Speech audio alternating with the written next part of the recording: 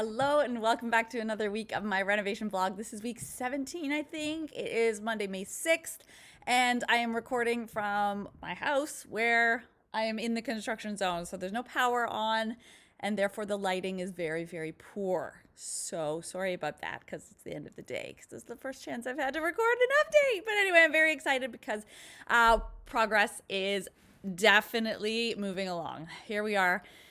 Let me give you an update. Oh, and for those of you who haven't met me yet, my name is Karen McMillan, and I am planning, designing, and for the first time ever, managing my own construction phase for my home renovation instead of hiring a general contractor. And I try and go live here once a week. Sometimes it's every 2 weeks when I'm really busy, and I am sharing all of my wins and lessons learned from one very cost-conscious homeowner to another. And here we are, another week. So let me tell you about what's been happening because it's really, really exciting. Some of you may know from my last update, we've been doing our own demo. So last week on Sunday, we moved into the basement, me and my husband, Matt, and the 2 kids down into the basement, which has been glorious. We got bunk beds. Kids are actually really, really happy down there. So that is very fortunate. And then on Monday, we started, then we moved. So then we sort of moved out all of our furniture. So we hired a truck and we got all of our furniture and stuff moved into a storage unit nearby. So that was really good. And then on Tuesday morning, we started dismantling the kitchen, which was great because all of the big cabinets and the sink and all that, big stuff. Little trick, which was really helpful for us, was that my dad came over. He won't come for your projects, but maybe your dad will. And between he and my husband Matt, the 2 of them worked on the kitchen. And the great thing they did is they took apart all of the cabinet boxes. So that was a really good trick. They just piled them up in the front room. And the benefit of doing that is that it saved a lot of space in the bin.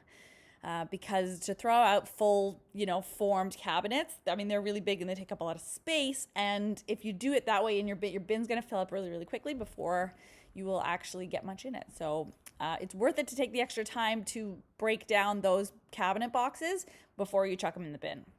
So we did that on Tuesday, and then Wednesday morning is when the bin arrived, and that's when we started the rest of the demo. So we started taking down the drywall, getting rid of all of the rest of the stuff in the kitchen. It's been a crazy, crazy progress so far, but we're really loving it. And we've, of course, been doing all the demo ourselves.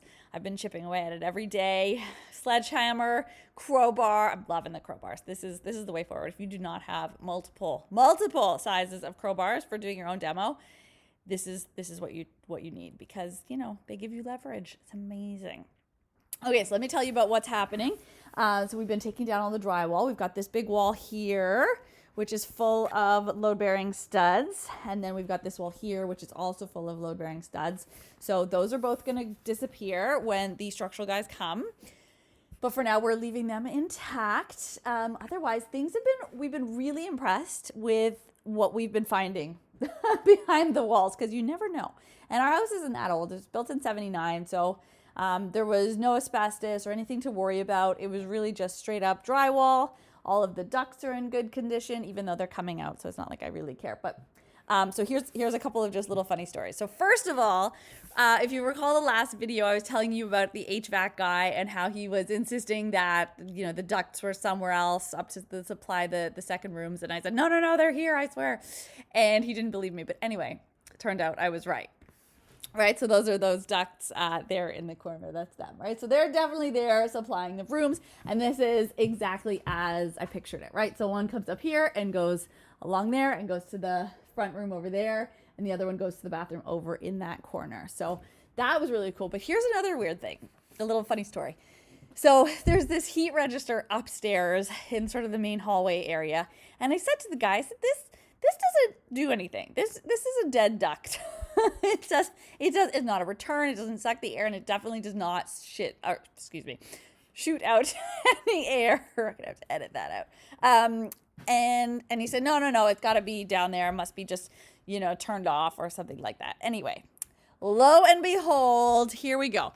So let me see if I can get the angle right. Okay, so there's the end of it, right? It starts there. That's where the register is, and it comes across the ceiling here. Okay, this is very difficult.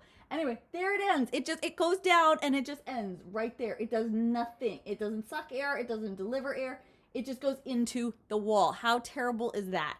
And can I also just point out while we're here how this is a load-bearing wall right here, right? So all the studs are there because, and we know it's load-bearing because all of these ceiling joists are running perpendicular to it, and they are just literally resting on it. The end of that joist ends right there, and the next one starts. So it is taking all of the load from the second floor, and it's landing them on there. But look who they've just cut through the load-bearing wall part, like the double header there, to put this completely useless piece of ductwork that does nothing. And so this joist and this joist that are ending right there, the load is going through here, and this is not an adequate load support. This is not an adequate, there's no header there to support the load. What there should be is at least a couple of 2x6s, if not 2x8s. Going through, this should be a double joist here, and this should be a double joist, and that header should be supported there so that the weight of those joists, the ceiling joists, are going down on these, studs. I'm calling them joists because I'm getting my words all mixed up. But those are studs. And so those should be doubled up, and there should be an actual header there, and there is nothing. So that is a bit of a concern. However, we're fixing that because all of that will be replaced by a beam. But I just wanted to show you that these weird things do happen. And it's okay. We're dealing with it, and it'll be fine. So that was one little anomaly that we didn't expect to see, especially because elsewhere we've had things that have been way, way overbuilt. So for instance, behind me here, there, you can see where that little sort of post thingy is right there. This was actually just a decorative structure that went right across here. It was just just to separate the two rooms. So it served no purpose other than decoration. And we could tell because it went this way, I already knew that it was not load bearing because the joists are running in the same direction. But still, we went up, we poked holes, we looked at it, and I could literally see over top of it, and I could feel with my hand that there was nothing resting on it. Like it was just decorative because it was actually right in between the joists. So I don't know if you can see, it was kind of, where are we here? So you can see where it went, right? It just went trying to do this backwards, went right in between the joists. So I could literally put my hand over top. So I knew 100% wasn't structural. But you should have seen this thing's construction. I mean, it was two massive 2x8s to hold this thing together. Two 2x8s, not just one, but two. Totally unnecessary. And yet this thing over here, which is actually structural, not a 2x8 to be found. Anyway, so that was a bit of a weird one. Otherwise, look, only a couple little other snags with electrical, some weird things. So for instance, this right here, not sure if that's, I don't know if that's live, but anyway, this box is supposed to be actually connected to a stud, and it was not supported. It was just basically hanging in the drywall. So as soon as we took the drywall apart, it's just hanging there, which is not safe. And then this one here was actually hidden and concealed inside the two pieces of drywall, and that is not allowed either. You can't have open junction boxes just sort of hanging there, concealed. The concealed part is what was the problem. But otherwise, we've been really impressed with the shape of everything. The insulation's in great shape. It's all there, which is really big. And the vapor barrier is all intact, really, for the most part, although we will be replacing that. Hopefully we don't have to replace the insulation, although the inspector may ask. So our walls are built with 2x4s, and the current standard is 2x6, so that you can get extra insulation R value in there. We're hoping that he or she doesn't ask us to redo anything or furrow the walls to add more insulation, because that's just going to hit our budget. And so we don't want that. So we're hoping that this gets grandfathered in, but we will be replacing the vapor barrier after we get all the electrical and plumbing and everything redone in these exterior walls. Although plumbing won't be going in the exterior walls because that is a no-no. Definite no-no. Anyway, so that is the plan with that, and that's where we're at. So it's all looking good other than those little things that I showed you. Everything, we're really impressed with what's in the walls, and we're not finding anything too crazy. So that's always good because you never know. You never know who's been doing work on your home. But fortunately for us, our home was largely untouched, as you can see by this glorious floor that is in the kitchen. It's kind of dark, so you can't really see it, but check out that 70s pattern. Yes, and all the walls actually matched it. Where there was cabinets blocking. So those are our updates. We are just trucking along with demolition. This is going to take us another few days to finish up here, and then we've got more updates upstairs too.